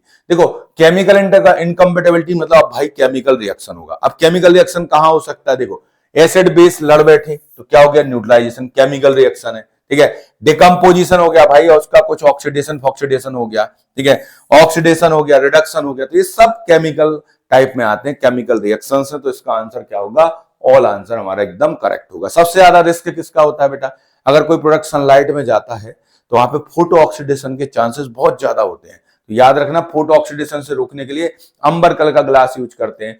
This type of incompatibility the interaction can be change by changing the order of mixing the solution in diluted form. बताइए इसको क्या बोलते हैं, in this type of incompatibility the interaction can be change by changing the order of mixing. Order of mixing को हम change कर देते हैं, जिससे हमारी इनकम्पेटिबिलिटी खत्म हो जाती है। उसको कौन सा वाला बोलते हैं अपन, उसको बोलते हैं बेटा टॉलरेटेड इनकम्पेटिबिलिटी। क्या बोलते हैं उसको अपन लोग, टॉलरेटेड इनकम्पेटिबिलिटी बोलते हैं, कि वो हमारा टॉलरेटेड है, मिक्सिंग का ऑर्डर चेंज कर दिया। ठीक है, अब आता है थ्रिप्टिक इनकम्पेटिबिलिटी। बताना है भैया, मतलब आप बॉडी के अंदर की लड़ाई है ये। ठीक है, थ्रिप्टिक इनकम्पेटिबिलिटी मतलब आपको बॉडी के अंदर की कहानी है ये। ठीक है, यहां पर देखिए रॉन्ग डोज और रॉन्ग डोजेस फॉर्म, ये तो बहुत बड़ी गलती है, ये तो होनी नहीं चाहिए। एरर एंड डोजेस फॉर्म ये भी है। अब यहाँ पे कंट्राइंडिकेटेड ड्रग, सब बॉडी के अंदर की चीजों को ही क्या बोलोगे, थ्रिप्टिक इनकम्पेटिबिलिटी। मतलब हमारी बॉडी के अंदर जो फैक्ट आ रहे ड्रग के वो सही नहीं आ रहे हैं। तो बताइए इसमें कौन आएगा, इसमें आप भाई अगर आप देखो डोज अगर आप रॉन्ग देते हो, डोजेस फॉर्म रॉन्ग दे रहे हो, एरर नहीं दे रहे, एरर दे दिया, तो ये सब आपकी गलती है। ये बॉडी के अंदर हो रहा है, थ्रिप्टिक में चला जाएगा, ये आपकी मिस्टेक है भाई। ठीक है, तो थ्रिप्टिक मतलब जब बॉडी के अंदर कोई प्रॉब्लम हो रहा है तो वो थ्रिप्टिक में जाता है। तो डोज अगर गलत दोगे तो ये हो जाएगा, कोई बहुत बड़ी चीज नहीं है। अब आता है सोडियम बाइकार्बोनेट सॉल्युबल। ठीक है, कैल्शियम और मैग्नीशियम सॉल्ट कॉजेज द, क्या करेगा भाई, अगर सोडियम बाइकार्बोनेट है और कैल्शियम मैग्नीशियम के सॉल्ट है तो क्या हो सकता है भाई, इनके बीच केमिकल रिएक्शन ही तो हो सकता है, और क्या होगा, इसमें केमिकल रिएक्शन हो रहा है। सोडियम बाइकार्बोनेट है, सॉल्युबल कैल्शियम और मैग्नीशियम सॉल्ट के साथ दोगे तो वहां पे आपकी केमिकल इनकम्पेटिबिलिटी देखने को मिल सकती है। देख सकते हो आप यहाँ पे केमिकल रिएक्शन हो रहा है। अब आता है यहाँ पे below the are the major the correct physical incompatibility. सब फिजिकल इनकम्पेटिबिलिटी का एग्जाम्पल है, एक नहीं है। पता है इनकम्पेटिबिलिटी बच्चों को टफ लगता, कुछ लोगों को, मुझे भी लगता था। मैंने इनकम्पेटिबिलिटी के लिए एक चीज सोच ली थी कि अगर कोई फिजिकल चेंज होगा फिजिकल है, कोई केमिकल रिएक्शन होगा तो केमिकल है, और अगर बॉडी के अंदर कुछ हो गया तो वो हमारा थ्रिप्टिक में चला जाएगा। बस इतना याद रखना। यहाँ पे पूछा है physical change order of mixing. ठीक है, change form of ingredients, changing one of the reacting ingredients, addition of the suspending agent. आपसे पूछ रहा है कि सभी जो है हमारे फिजिकल इनकम्पेटिबिलिटी है। ठीक है, ऑर्डर ऑफ मिक्सिंग है, फ्रॉम आपका change form of the ingredients हो गया। अब ये बताइए अगर आप यहाँ पे जो पूछ रहे हैं क्या होगा, one of the reacting ingredient. अगर आप रिएक्टिंग इंग्रेडिएंट को चेंज करते हो, मतलब वहां केमिकल रिएक्शन हो रहा था, तो आपका ये चला जाएगा केमिकल इनकम्पेटिबिलिटी में। बाकी सब चीजें तो हमारी फिजिकल है। ठीक है, सस्पेंडिंग एजेंट क्यों ऐड करते हैं, जिससे होमोजेनियस बन जाए भाई, आपका जो हमारे सस्पेंशन है प्रॉपर बने आपके। ठीक है, तो वो आपका यहाँ पे सस्पेंशन, सस्पेंडिंग एजेंट भी फिजिकल में आ रहा है, ये सब हमारा फिजिकल में। लेकिन रिएक्शन अगर हो गया है तो वो केमिकल में चला जाता है। Prescribing tetracycline which type of incompatibility, ये बहुत अच्छा क्वेश्चन है। देखो जब बच्चा देखता है जनरली तो बोलता है सर टेट्रासाइक्लिन और कैल्शियम में क्या बना है सर, कॉम्प्लेक्स बना है, तो सर ये केमिकल इनकम्पेटिबिलिटी में आएगा। बात सही भी है भाई, केमिकल में आ सकता है, लेकिन इसका रिजल्ट क्या हुआ, हमारे टेट्रासाइक्लिन का एब्जॉर्प्शन नहीं हुआ, तो टेट्रासाइक्लिन का क्या हो गया, थ्रिप्टिक फेलियर हो गया। तो अल्टीमेटली टेट्रासाइक्लिन हमारे ब्लड में नहीं पहुंचा ना, तो ये जो है उसका थ्रिप्टिक इफेक्ट नहीं आया, थ्रिप्टिक फेलियर हुआ, तो ये जो केस चला जाता है फिर किस में चला जाता है, थेरेपेटिक इनकम्पेटिबिलिटी में चला जाता है। ध्यान रखना, अगर यही टेट्रासाइक्लिन को, देखो अंतर बता देता हूं, अगर यही टेट्रासाइक्लिन तुमने एक बीकर में लिया और उसमें कैल्शियम को डाल दिया, तो वहां जब बीकर के अंदर बात करोगे ना बेटा, तो वो केमिकल इनकम्पेटिबिलिटी होगा। लेकिन जब वो बॉडी के अंदर पहुंच गई चीज, मैंने इसके पहले भी बताया, बॉडी के अंदर अगर चीज पहुंच जाती है और फिर कुछ समस्या हो जाती है तो थ्रिप्टिक इनकम्पेटिबिलिटी में जाएगा। किस में जाएगा, थ्रिप्टिक इनकम्पेटिबिलिटी में। तो इसका आंसर सीधा सीधा अपना डी सही होगा। अगर टेट्रासाइक्लिन मिल्क को तुम आउटसाइड द बॉडी मिक्स करते हो, ठीक है, तो बात अलग है, वो केमिकल में चला जाएगा। लेकिन प्रिस्क्रिप्शन आ गया, पेशेंट ने टेट्रासाइक्लिन खा लिया मिल्क के साथ, तो थ्रिप्टिक इनकम्पेटिबिलिटी में चला जाता है। ठीक है, which type of incompatibility best describe the formation of a eutectic mixture with methanol and camphor. ठीक है, यूटेक्टिक मिक्सचर बन गया भाई, ये लिक्विफाई हो जाते हैं जब इनको मिक्स किया जाता है, तो ये थ्रिप्टिक इनकम्पेटिबिलिटी बॉडी के अंदर की बात नहीं है भाई। केमिकल इनकम्पेटिबिलिटी भाई स्टेज चेंज हो रहा है यार, इसमें और क्या हो रहा है, वो आपके सॉलिड थे लिक्विड हो गया, फिजिकल में चला जाएगा सीधा सीधा। आपका calculate the volume of 95% alcohol required to prepare, वही क्वेश्चन है बेटा जो अपन कर चुके हैं। यहाँ पे आपको सीधा सीधा लिखना है x इंटू 95 और यहाँ पे आपका 600 इंटू 70, इसको सॉल्व कर दीजिए। यहां से 600 डिवाइडेड बाय 70 इंटू 95, हमारा आंसर हमें मिल जाएगा, हमारा आंसर हमको मिल जाएगा। सीधा सीधा है, ये आ जाएगा हमारा आंसर, ये वही है बेटा, देख लीजिए, ये सीधा सीधा मल्टीप्लाई किया, अपन को आंसर मिल गया। ये देखिए concentration of the sodium chloride required to prepare 5% solution drug isometric blood plasma, ठीक है। ये फ्रीजिंग पॉइंट का सीधा सीधा हमारा फार्मूला होता है, उससे हमारा क्वेश्चन सॉल्व हो जाएगा। ये फार्मूला आप लोग याद कर सकते हो। यहां पर आपका रहता है 0.52 रहता है हमारा, कितना रहता है 0.52 minus A divided by B होता है, इसको आप याद कर सकते हो। यहाँ पे अपन को 5% उसका दिया हुआ है, यहां से आपने सीधा ये सॉल्व कर लिया यहां से, और ये आपका आंसर आ गया हमारा 24% वेट बाय वॉल्यूम। पहले आते थे क्वेश्चन, अब चांसेस बहुत कम है आने के, ठीक है। तो इसलिए परेशान मत होना आपके, नहीं सर हम ये फार्मूला याद नहीं कर पाते। अब फार्मूले की कोई ऐसी टेंशन वाली बात नहीं, अगर याद हो जाता है तो अच्छी बात है, नहीं भी होता है तो भी कोई दिक्कत की बात नहीं, ठीक है। ये वाला क्वेश्चन है, डिस्प्लेसमेंट वैल्यू है भाई, ये भी पूछते हैं। Cocoa butter suppose content 40% of medicament prepare 1 gram suppose it is mould, the weight of 10 medicated suppose it is 15 gram. इसमें पूछ रहा है आपसे वो, तो इसमें आपको सीधा सीधा सॉल्व करना पड़ता है। सबसे पहले तो आप देखेंगे बेटा, आप जो हमारी 10 मेडिकेटेड सपोजिटरीज है उसका 15 ग्राम हो गया, फिर इसके आपका सपोजिटरी कंटेंस 40% मेडिकेमेंट, सो अमाउंट जो हो जाएगा हमारा 40% आप 50 ग्राम निकालोगे, तो ये सीधा सीधा हमारा आंसर का 6 ग्राम मेडिकेमेंट रहेगा पर में।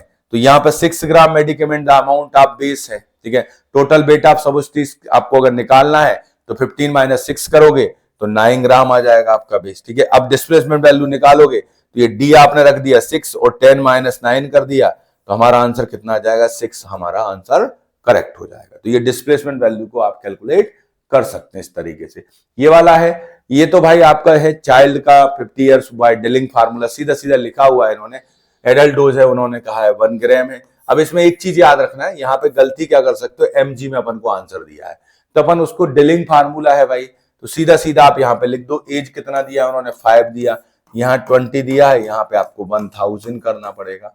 यहां से सॉल्व कर दीजिए आप, 50 हो जाएगा, मल्टीप्लाई कर दीजिए। अब आपको mg में दिया गया है तो mg में निकाल सकते हो, तो सीधा सीधा आपका कैलकुलेशन इसमें हो जाएगा। हमारा आंसर क्या होगा 0.25 आ जाएगा, सीधा सीधा आप निकाल सकते हो। अगर ग्राम में देते आंसर तो अपन लिख देते भाई, mg में देते तो 250 mg था, और अगर ग्राम में बोल रहा है तो 0.25 ग्राम है, तो ये ग्राम में निकालना, अपन ग्राम में निकाल दिया, कोई दिक्कत ही नहीं है। ये ग्राम में दिया है, mg में यही आंसर कितना होगा 250 mg हो जाएगा। ओके, नेक्स्ट क्वेश्चन है what is the surface area of child dose. आपका यहां दिया है 500 mg 100 mg and adult dose इतना दिया गया। सरफेस एरिया पूछ रहे हैं आपसे, तो ये आपका क्या कैलकुलेट जो क्वेश्चन आया वो हमको दे दिया उन्होंने कि एडल्ट डोज इसका है 450 है और ये 100 दे दिया। यहाँ पे आपसे सरफेस एरिया पूछा गया है 1.73 है इंटू यहाँ पे 450 है, इसको सॉल्व कर दो तो आपको सरफेस एरिया निकल के आ जाएगा सीधा सीधा, ठीक है। मतलब आपको सरफेस एरिया निकालना है तो सीधा सीधा इसको सॉल्व कर देना है। नेक्स्ट क्वेश्चन है बेटा calculate the quantity of sodium chloride required to prepare 1400.8%। फिर वही सरल सा क्वेश्चन आया, अगर आप 100 ml बनाओगे तो कितना लगेगा भाई 0.8 ग्राम लगेगा, तो ये बन जाएगा हमारा 0.8%, ठीक है। सीधा सीधा देखा करो इनको, 100 ml बनाना है तो 0.8 ग्राम लगेगा। अब कितना बनाना आपको 400 ml बनाना है तो कितना लगेगा 0.8 इंटू आप 4 कर दीजिए भाई, तो 3.2 ग्राम हमारा आंसर हो जाएगा। सीधा सीधा है, कहीं ये दिया है 3.2 ग्राम, आपको सीधा आंसर दिया गया है, तो इसको निकाल सकते थे आप, इजी क्वेश्चन था। अब आता है बेटा प्रिपेयर 400 ml ऑफ 5% सॉल्यूशन, ठीक है, एंड लेवल with a direction to preparing 2 litre quantity of 1 in 2000। इसको देखो डायलूशन जब भी करोगे आप तो एक चीज हमेशा याद रखना, दोनों के परसेंटेज निकाल लो पहले, ठीक है। 400 ml ऑफ 5% दिया गया है इन्होंने, ठीक है। लेवल with a direction to preparing 2 litre quantity of 1 in 2000, तो सबसे पहले आपको इसका निकालना पड़ेगा 1 डिवाइडेड बाय आपका 2000 रहेगा इंटू 100 रहेगा। सबसे पहले ये परसेंटेज निकालना पड़ेगा, फिर परसेंटेज में जो डिफरेंस रहेगा उसको निकालेंगे। तो देखिए ये हमारा इनिशियल दिया है इन्होंने, कितना दिया आपके लिए, ये 5% दिया है, और आपका ये इन्होंने ये दिया है, तो इसका परसेंटेज इतना आ गया। अब अगर देखें डिग्री ऑफ डायलूशन निकालना है तो जो हायर परसेंटेज है वो ऊपर रखा, तो हमारा डिग्री ऑफ डायलेशन कितना आ गया, 100 टाइम्स आ गया। तो जो भी आपको वॉल्यूम बनाना है, volume of solution to be prepared कितना बनाना है अपन को, 2 लीटर बनाना है। तो ये जितना बनाना है 2000 डिवाइडेड बाय अपने 100 कर दिया, तो ये 2 आपको सीधा सीधा आएगा 20 ml of the concentrate solution to 2 litre. हमें जो हमारा कंसंट्रेट सॉल्यूशन है उसका 20 ml ऐड करना पड़ेगा। ये डायलूशन वाले क्वेश्चन को करने का सिंपल तरीका है। आपको क्या करना पड़ता है, देखिए अभी तक क्वेश्चंस में क्या रहता था, परसेंटेज दिया, यहां पे पहला इन्होंने परसेंटेज दे दिया हमें कि ये 5% है, ठीक है। दूसरा इन्होंने परसेंटेज नहीं दिया, ये कहा है कि आपको 2000 ml बनाना है और डायलूशन आपको ये रखना है, मतलब परसेंटेज कितना रखना है आपको, 1/2000 रखना है। तो पहले आप निकालोगे डायलूशन फैक्टर, जो हायर परसेंटेज है उससे और जो लोअर पर, तो ये आपका आ गया था 100। अब जितना बनाना था अपन को सीधा उसमें 100 का डिवाइड कर दो, तो उतने ml उसका ऐड किया जाएगा। सीधा सीधा इसका तरीका होता है करने का, जो बिल्कुल यहाँ पे एक्सप्लेनेशन में एकदम करेक्ट लिखा हुआ है। स्ट्रेंथ निकालिए, डायलूशन फैक्टर्स निकाल लीजिए और जितना निकालना है, जितना वॉल्यूम बनाना है उसको डिवाइड कर दीजिए। तो ये सीधा सीधा अगला क्वेश्चन आ गया, देखो सेम ये दिया है आपको, प्रिपेयर 500 ml 1 in 4000। ये 1 in 4000 मतलब हमारा एक कंसंट्रेशन निकालना है, दूसरा है 1 in the 800 है।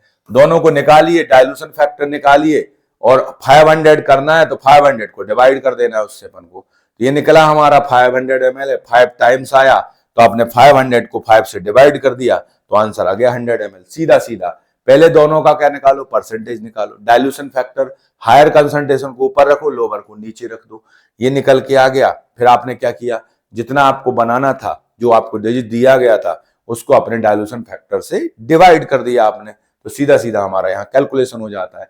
ये कैलकुलेट द नॉर्मेलिटी 0.2 आपका 321 ग्राम सोडियम कार्बोनेट है when mix with the 250 ml। Normality जो होता है आपका ग्राम इक्विवेलेंट होते हैं हमारे, ग्राम इक्विवेलेंट पर लीटर, उसको क्या बोलते हैं अपन, नॉर्मेलिटी बोलते हैं। ग्राम इक्विवेलेंट पर लीटर है, ठीक है।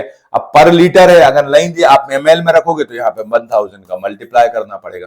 ये 250 रख दीजिए। अब आपको यहाँ पे इक्विवेलेंट वेट का मेन है, सोडियम कार्बोनेट दिया गया है Na2CO3, उसका इक्विवेलेंट वेट आपको निकालना पड़ेगा। सबसे पहले तो उसका अपन क्या निकालेंगे, मॉलिक्यूलर वेट निकाल लो। तो ये आपको हो गया भैया, सबको जोड़ दिया आपने, सोडियम का 23 है, कार्बन का है, ये सब हमें पता है, इतना आ गया। ये तो हो गया उसका मॉलिक्यूलर वेट। अब इक्विवेलेंट वेट निकालोगे तो उसमें अपना जो है वैलेंसी 2 है सोडियम पे, तो ये आपका Na2 ये चल रहा है ना, ये तो ये आप यहाँ पे वैलेंसी रखोगे तो ये 53 आएगा। सीधा 53 आपने रख दिया, सॉल्व कर दिया, हमारा आंसर आ जाएगा 0.024 नॉर्मल। अगर मोल्टी पूछते आपसे तो कुछ नहीं करना आपको, सीधा अपन यहाँ पे रखना था जितना उन्होंने दिया था, अमाउंट कितना था, ये 0.321 था हमारा, सीधा यहाँ पे 106 था, यहाँ पे 250 रख के 1000 का मल्टीप्लाई करना, तो ये मोल निकल आते। आपसे नॉर्मेलिटी पूछा है तो पहले ग्राम इक्विवेलेंट निकालना पड़ेगा, ठीक है। तो ये बस कैलकुलेशन है और कुछ नहीं है। आपको जैसे किसी ने कहा NaOH का बताओ,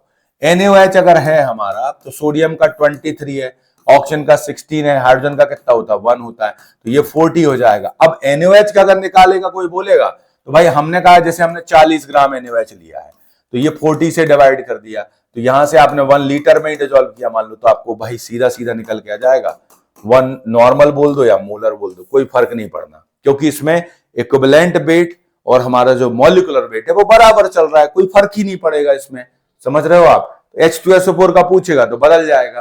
कैलकुलेट द मोलिटी आप देखो, ये जैसे HCl का पूछा, इसकी मोलिटी निकलवा लो आप या नॉर्मेलिटी निकलवा लो, कोई फर्क नहीं। आपका मोलिटी निकालना है तो यहाँ पे होता है moles per litre. Sir moles क्या होते हैं, जो भी ग्राम में दिया है उसको मॉलिक्यूलर वेट से डिवाइड करना, इनटू लीटर कर देना। अब आपको ध्यान रखना है कि ये जो पूछ रहा है आपको सीधा 1000 ml में पूछ रहा है तो कोई दिक्कत ही नहीं है। अगर आपसे नहीं भी पूछे ना कभी ml में पूछे तो यहाँ पे लीटर है ना आपका, अगर इसको आप ml में कन्वर्ट करोगे तो यहाँ पे आपका क्या करना, 1000 का मल्टीप्लाई आपको कर देना है, बस इतना ध्यान रखना। तो यहां से आपने देखा कितने ग्राम दिया आपको, 215 दिया है, अपन ने 1000 लिख दिया।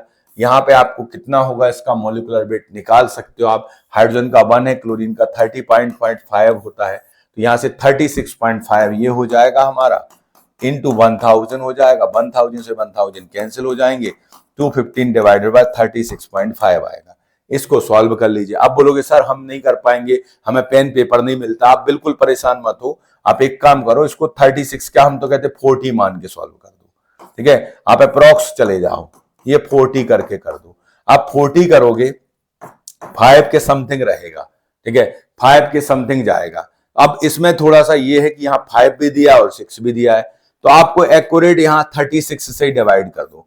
215 जो है 36 से डिवाइड करिए आप, तो आपको पता चल जाएगा कि ये 36 को कितने बार, अगर हम 40 लेके जाएंगे तो ये आपका रहेगा 5.9 के अराउंड यहाँ हो जाएगा अगर आप सॉल्व करोगे, ठीक है, 5.9 यहाँ पे आएगा। तो इस तरीके से अप्रोक्सीमेट निकाल सकते हो। इसकी मोलिटी और नॉर्मलिटी बराबर जाएगा, कोई फर्क नहीं पड़ने वाला, क्योंकि इसमें बच्चे बहुत ज्यादा परेशान रहते हैं। इसमें देखिए क्या होता है एक्चुअल में, आप अगर मोलिटी को लिखो तो ये मोल पर लीटर होता है, ठीक है, मोल पर लीटर है।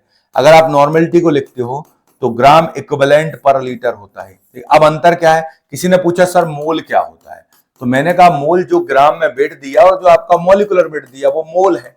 किसी ने पूछा सर ग्राम इक्विवेलेंट क्या होता है, तो जो ग्राम में वेट दिया और जो हमारा इक्विवेलेंट वेट होता है वो होता है। फिर सर वो ml और उसमें मुझे कंफ्यूजन होता है, ml और उसमें होता है, तो है कुछ नहीं, आपको यहाँ पे जो भी ग्राम दिया गया वो लिखा और आपने ये मॉलिक्यूलर वेट लिख दिया। अगर आप लीटर में ले रहे हो तो ऐसा रहेगा, अगर आप लीटर में नहीं लेते हो, मान लो आप यहाँ पे ग्राम लेते हो और आपने यहाँ पे फिर अगर ml में लिखना है तो 1000 का मल्टीप्लाई कर देना है। क्या करना आपको, 1000 का मल्टीप्लाई करना, आपको क्या करना, केवल 1000 का मल्टीप्लाई कर देना है। इतना सा कॉन्सेप्ट है और कुछ नहीं है इसमें, ठीक है, तो ध्यान रखना है इसको अच्छे से।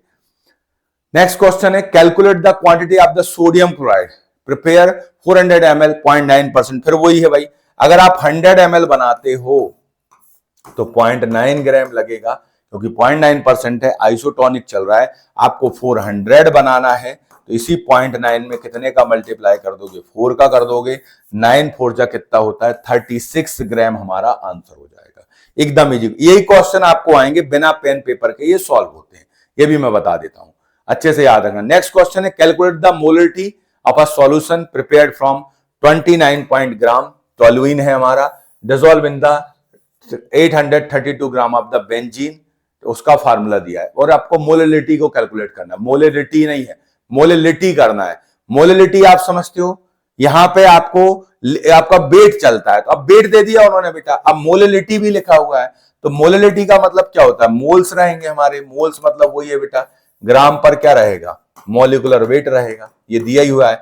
तो अगर आप मोलिलिटी को निकालोगे, मोलिलिटी को निकालना है तो यहाँ पे ग्राम लोगे, मॉलिक्यूलर वेट लोगे, ठीक है, और यहां पे आप क्या करोगे, जो भी ग्राम में दिया गया वो रखोगे और ऊपर आप करोगे 1000। जो सॉल्वेंट है वो अपना बेंजीन है, सीधी सी बात है। तो यहां से आपको निकालना है कितना दिया गया है, आपका सॉल्यूशन प्रिपेयर्ड फ्रॉम 29.1, तो यहाँ पे 29.1 हमारा टोलुइन हो गया।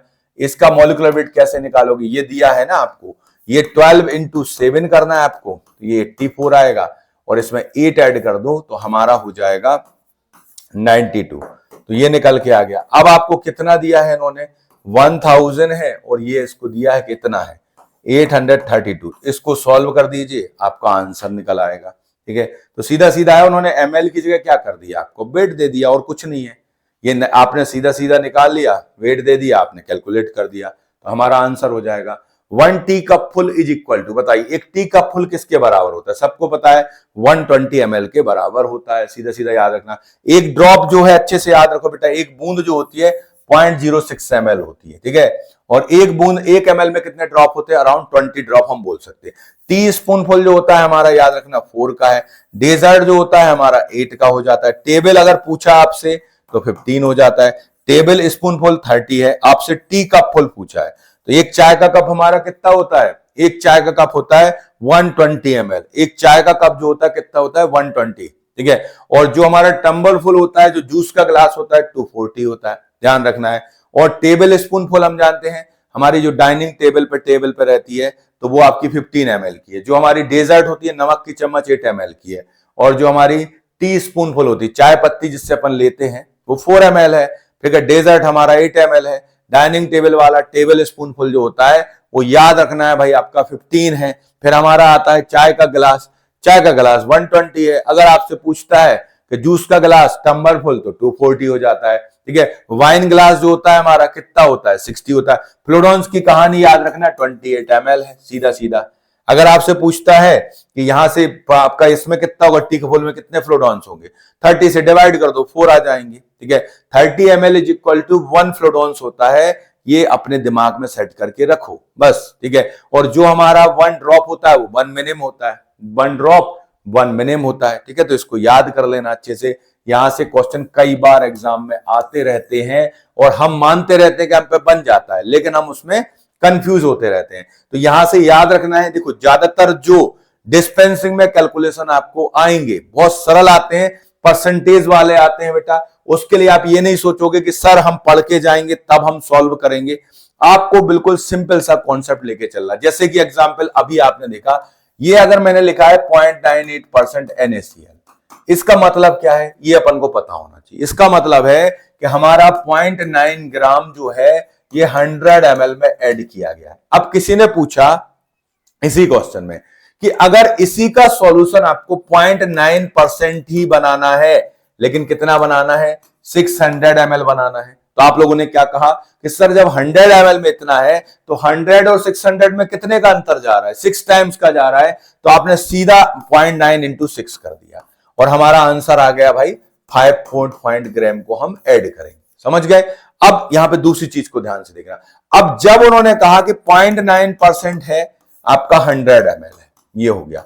इससे आपको बनाना है मान लो 1.5% का कितना, 300 ml, तो फिर बात बदल जाती है। ऐसा क्वेश्चन आ गया ना तो फिर आपको क्या करना है, सीधा सा कॉन्सेप्ट लेके चलना है कि इसको अपन x मान के चलना। 0.9 इंटू आपने x कर दिया, यहां पे 300 ml इंटू 1.5 कर दिया, x की वैल्यू निकालोगे 300 इंटू 1.5 डिवाइडेड बाय आपका 0.9 आपको करना होगा। जब आपको डिफरेंट कंसंट्रेशन पूछे जाते हैं तो फिर हमें ये वाली टेक्निक अपनाना पड़ती है। जैसे अपन ने देखा ना कि भाई 90% अल्कोहल का कितना वॉल्यूम लगेगा, कितना वॉल्यूम लगेगा कि हम 50% का कितना बना लें, 500 ml बना लें। तो इसके लिए मैंने आपसे क्या कहा, सीधा 90 इंटू एक्स करना है आपको यहाँ पे और 50 इंटू 500 कर देना है और डिवाइड कर दो बेटा 90 से, तो सीधा सीधा हमारा आंसर निकल के आएगा। ये इस तरीके के होते हैं। इसके अलावा क्वेश्चन आता है हमारा ओवर प्रूफ का और अंडर प्रूफ का। ओवर प्रूफ अंडर प्रूफ ये भी मैंने बताया आपको 1.753 इंटू एक्स परसेंटेज है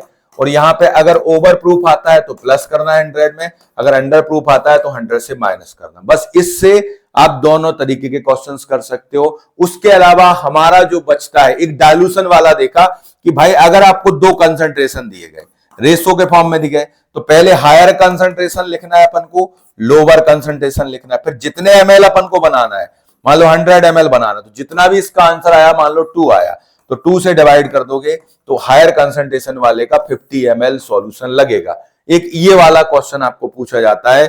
इसके अलावा जो आपसे पूछे जाएंगे एलिगेशन तो बहुत इजी होता है बेटा, वो सभी पे बनता है। जैसे 70% दे दिया, 30% दे दिया, आपसे कहा 45% बनाइए, तो आपने इसको इससे माइनस कर दिया तो यहां पे आपका 35 आ गया पार्ट, इसके 35 पार्ट लगना है और इसके कितने लगेंगे भाई हमारे, यहां पे माइनस करोगे तो इसके 15 पार्ट लगेंगे, इस वाले के 15 पार्ट लगना है, इसके हमारे कितने लगने 35 पार्ट लगना है, ठीक है। तो ये इस तरीके से आप एलिगेशन जानते हो। इसके अलावा बचते हमारे भाई पोसोलॉजी के फार्मूले। तो फार्मूले मैंने आपको बताई दिए कि एक सिंपल से ट्रिक से याद कर लो। हमारा जो ये यंग दिल का क्या है भाई, अपना बेस्ट फ्रेंड है, ठीक है। तो इससे याद कर लो, यंग्स फार्मूला है एज है, एज प्लस आपका 12 है, एडी तो चलता ही है बेटा, सब में दौड़ लगाता है। डिलिंग है एज अपॉन अपन ने क्या कर दिया 20 कर दिया। काउ में याद रखना एज प्लस 1 हो जाता है 24 आ जाता है। बास्टिडो जो होता है इसमें देखो 3 छुपा है, बी में 3 छुपा है, तो एज प्लस आपने 3 किया डिवाइड कर दिया 30 से। फ्राइड्स पूछा है बेटा मंथ में एज रख दो और 150 से डिवाइड कर दो, एडल्ट डोज को मल्टीप्लाई कर दो, काम खत्म हो गया। इसके बाद आपसे पूछा किसी ने क्लार्क का बता दो, आपने अगर केजी में वेट रख दिया तो 70 से डिवाइड कर दो, अगर एलबीएस में रख दिया, पौंड में रख दिया तो 150 से डिवाइड कर दो। अगर आपसे कोई पूछता है कैट्स फार्मूला बता दीजिए, तो सरफेस एरिया चाइल्ड का रहेगा, सरफेस एरिया एडल्ट का रहेगा इनटू एडल्ट डोज रहेगा। आपने बोला सर वैसे बता दीजिए, तो आपको एडल्ट डोज निकालना है, सरफेस एरिया चाइल्ड हमारा 1.73 मीटर स्क्वायर एडल्ट का होता है, एडल्ट डोज हो गया। ये इतने फार्मूले आपको करना है बस। इतने में आपका डिस्पेंसिंग का कैलकुलेशन हो जाता है। इसके बाद आपको जितना प्रिस्क्रिप्शन के पार्ट्स उनको याद कर लीजिए, तो जो अपना डिस्पेंसिंग है वो कंप्लीट हो जाता है। इनकम्पेटिबिलिटी की कहानी है, बॉडी के अंदर कुछ भी हो गया तो उसको थेरेपेटिक इनकम्पेटिबिलिटी आप बोल देते हो। तो मिलते हैं भाई नेक्स्ट पार्ट में। सभी के लिए अच्छे से स्टडी करते रहें, डिस्पेंसिंग को बढ़िया तरीके से पढ़ें। बहुत सारे एग्जाम में इससे बहुत सारे क्वेश्चंस मिलते हैं सभी टाइप के एग्जाम में। ओके।